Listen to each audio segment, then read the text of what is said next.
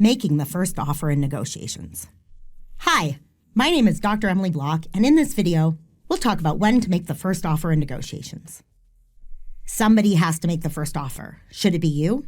Or should you wait to hear what other people have to say? How will the first offer influence the negotiation process and any final agreement? If you let your negotiating partner speak first, you'll gain valuable information about their bargaining position and clues about acceptable agreements.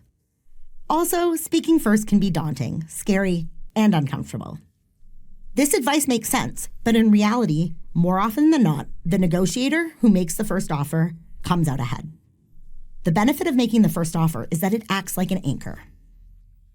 Anchoring is a well-documented cognitive bias that describes the human tendency to rely heavily on the first piece of information offered, called the anchor, when making decisions.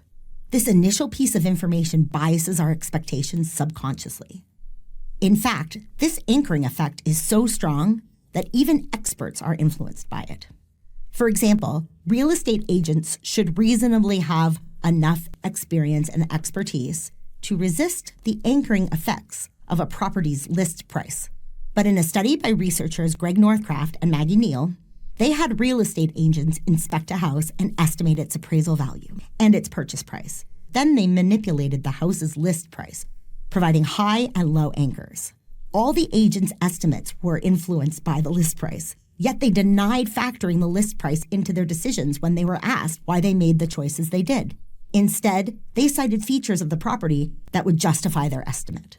Put simply, when the list price was high, they got more money, and when the list price was low, they got less money, even for the same house.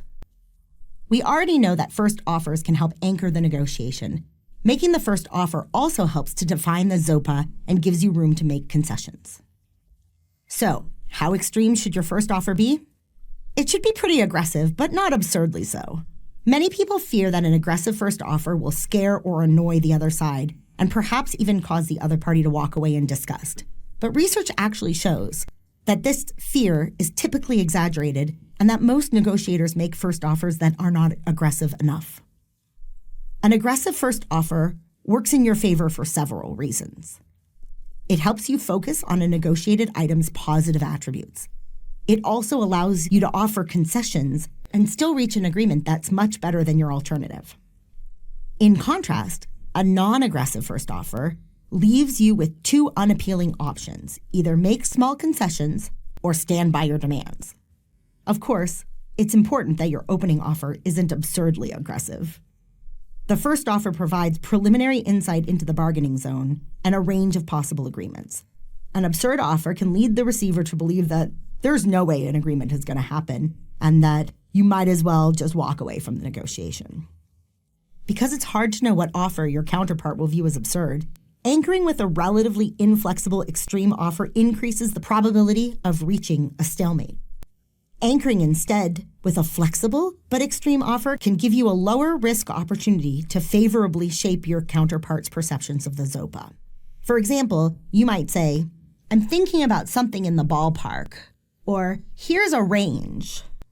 These caveats indicate that you're willing to negotiate despite your extreme offer, and gives you the benefits of an extreme offer while still making you look not so rigid. There is one situation in which making the first offer is not to your advantage, when the other side has much more information than you do about the item to be negotiated or about the relevant market or industry. For example, recruiters and employers basically have more information than job candidates do. Likewise, buyers and sellers represented by real estate agents are often privy to more information than unrepresented buyers and sellers are. This doesn't mean you should sit back and let the other side make the first offer. Rather, this is your opportunity to level the playing field by gathering more information about the item, the industry, or your opponent's alternatives to the negotiation. The well-prepared negotiator will feel confident about making the first offer and anchoring the negotiation in his or her favor. You may not always have the opportunity to make the first offer. How can you protect yourself from the anchoring effects of someone else's offer?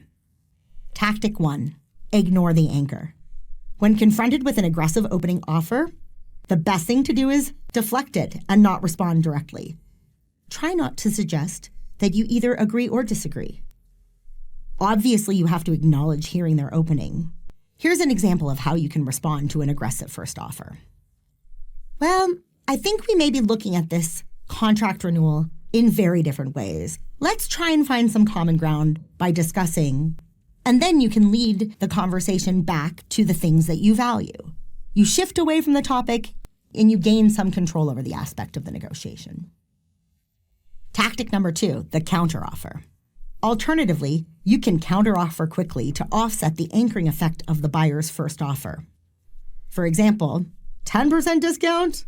Actually, we just implemented a 5% price increase on all contract renewals based on our increased costs.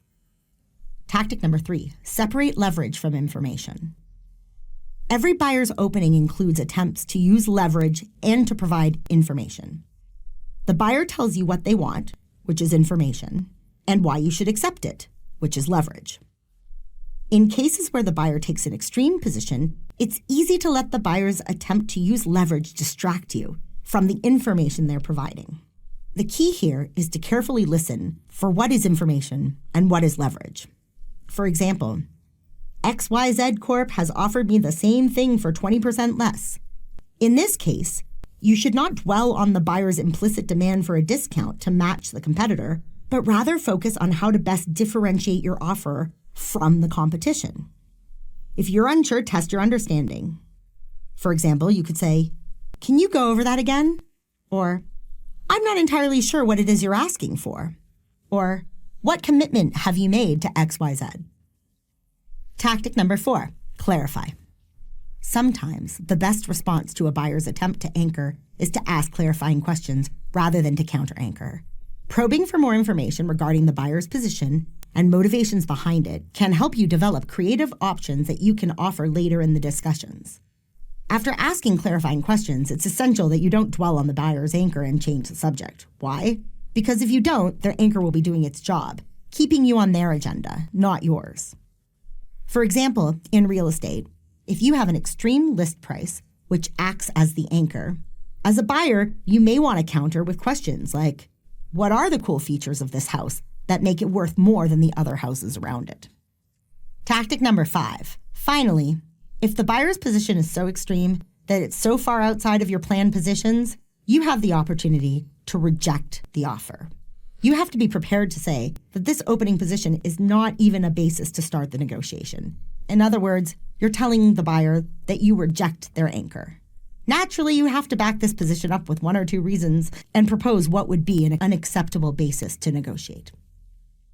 Thanks for watching this video on making the first offer in negotiations. See you next time.